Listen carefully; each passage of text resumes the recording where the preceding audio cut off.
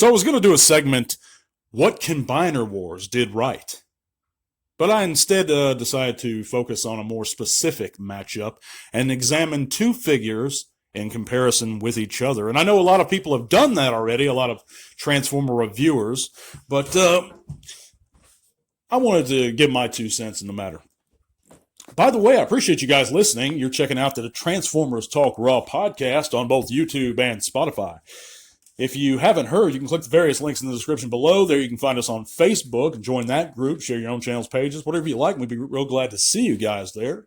You can support us on Patreon, which would really appreciate that. Just checking it out. There's a great perk involved, and you'd be going to support the channel and our many giveaways. But there's all kinds of stuff down there. Check out our change.org petition. Follow us on Twitter. But moving on to the subject at hand, guys. Looking at it specifically, these two figures, without going into the things that I actually really enjoyed about Combiner Wars. The Legacy Dragstrip is a great figure. I'm not knocking it in any way. Well, it's a good figure. Okay, I won't say great. It's a good figure. And this is all opinion-based. And if you enjoy the Legacy Dragstrip more than the Combiner Wars one, I'm glad. There's nothing wrong with that because it's a good figure. It's more G1 accurate, I will say that, than the Combiner Wars. And I'm a diehard G1er, but I can honestly say that I think the Combiner Wars figure is a better figure, and I'll tell you why. First, to me, it's sturdier. It feels better in hand. It's more fun to transform, in my opinion. But the main reasons... I can sit there and just casually, on the previous point, casually flip back and forth the Combiner Wars Dragstrip, and it's really fun for me to transform. I don't experience that with the Legacy one. There's things I like and enjoy about the Legacy one more than the Combiner Wars one. I like his weapons better. I think their paint apps are pretty much on par with each other. They're pretty much the same. I like to enjoy the Legacy one's vehicle mode more. I think it is way more G1 accurate. I like that six-wheeled dragster look, or that Formula One look. It's just more of an homage to the original. However, if you're going to do something correctly. That's my newest motto that I say. The Legacy Dragstrip head sculpt is atrocious to me. The head itself is shaped correctly, but his face, there's something wrong with it, in my opinion. He looks like a chimpanzee going door to door during Halloween dressed as RoboCop. It's something about his mouth and the pudginess of it. It just doesn't look right to me. Even the box art doesn't look right to me. He just looks like a primate to me. While if you look at the Combiner Wars version, while it's not G1, it's an update to that G1, and it does homage the G1. It does carry with it the spirit of the G1 figure, while at the same time taking some liberties and giving us an updated look of the character. And he looks very murderous, very vicious, very mean. I love that. Love the paint apps coming down from his optics. He looks like a murderous Decepticon. Not a chimpanzee cosplaying as RoboCop.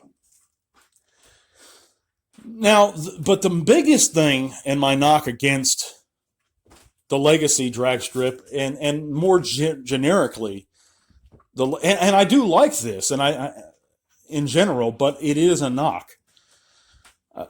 I'll explain. When combining the Legacy Stunticons, they're not Scramble City style, whereas all of Combiner Wars was Scramble City style. And while it's not accurate to the cartoon animation, which I do like being accurate to the cartoon animation, and I do enjoy that, and I'm going to get these Stunticons because I think they do look good, and I think Menasor looks fantastic. And I don't think the Combiner Wars Menasor looked very good at all. When examining just these two figures, I like that throwback to the G1 toys, where they can be switchable. Dragstrip doesn't have to be an arm. He can be a leg, or he can be the other arm, or he can go to another combiner group. That's cool to me. They're modular. Whereas they're very set and fixed, the legacy guys. And any new gestalts they do are going to be very set and fixed because they transform and integrate in a very specific way into their respective combiners. So there's pros about that, and there's cons about that. But I do think it is a knock. It is a con, too. Because, yes, you're completely capturing the spirit of the Sunbow cartoon, which I love, being a G1er, an old-school G1er. But I don't like it because you're forgetting the heritage of the toy line when you're doing that. And that's something Combiner Wars did right, and specifically the Combiner Wars Dragstrip did right. Now, there were things that were bad, real bad, about the Combiner Wars in general, but Combiner Wars Dragstrip. The hand foot, that sucked. They didn't look good. Yes, they could have been improvements made. But in general, was it a good line? Did it set a precedent, a hard precedent for things to come? Did it give us reimaginings for the first time of classic G1 combiners in many decades? Absolutely. I don't count those War for Cybertron or Fall of Cybertron figures. Those looked atrocious to me.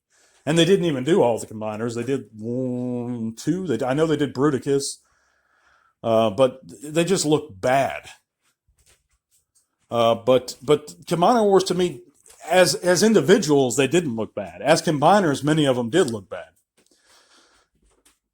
But I'd like to hear what you guys think in the comments on this subject. I know a lot of people, like I said, love the Legacy Dragstrip. But I think in many ways it's not as good as the Combiner Wars one. And I do give the slight edge to the Combiner Wars one as an individual figure. Not as a group, not as Menasor. We're not comparing that. Remember, this is Combiner Wars Dragstrip versus Legacy Dragstrip. So they're on par with paint. I think the Legacy has a slight edge in articulation, and that's only a slight edge. He looks to me he's got some kibble on him. I mean, to me, he's not 100% to the G1 animation. He's not. He's close to it. He's closer than the Combiner Wars to it. But he's not 100%. Some of that kibble was not there. Let's not even get into the Wild Rider, but for the Dragstrip alone, he's very close, but he's not 100%, guys. Let's just be honest. Also, I'm seeing some more and more, like, I think you call it flash from the sprues or from the plastic molds on the certain points and joints. This may be a QC issue, and it probably is, but it's a QC issue that's been on every Legacy figure I've acquired so far. You know, that includes Iguanus, whose weapon broke right out of the package, by the way. Dragstrip, kickback. There's some flash around certain parts of the joints. And you can remove this flash or those little bits of extra plastic just by, a lot of times, just rubbing your finger across the joint. Like on Dragstrip's hip, I've noticed in the pins, coming out of the package, there's some flash on it. This was never a problem with the Combiner Wars, on any of the Combiner Wars figures I've ever received. So, I mean, and I can go on about this, guys, but, and I probably, will at some point. But as far as these two figures go, comparing the two, and you have to compare the two. People say, well, Combiner Wars was so many years ago now. But in the grand scale of things, was it? I mean, we still collect G1 figures. We still collect Beast Wars figures. We still look at the quality. And that's another thing is, the new Laser Prime. Was it really that much of an improvement over the original Laser Prime? I don't think it was an improvement at all. It's not sturdier in any way. It's not larger. It's not. The articulation of Laser Prime was excellent. He didn't have an ankle tilt, but Jesus. I mean, you could cut any kind of pose you wanted to put him in. He had a lot of weapons. I mean, in many ways, he was superior to the new one. But like I said, I digress or regress, whatever the word is. we're just getting back to these two. I do feel that the Combiner Wars has a slight edge over the Legacy. What do you guys think in the comments? Let me know. And thank you so much for joining me on this Saturday. We're going to be back on Monday to get your work week started off right. God bless. Take care. Till all are one. This podcast is made possible in part thanks to the amazing support of our patrons. Click the link to our Patreon in the description below if you'd like to help keep Tea Talk Raw going strong. Thank you.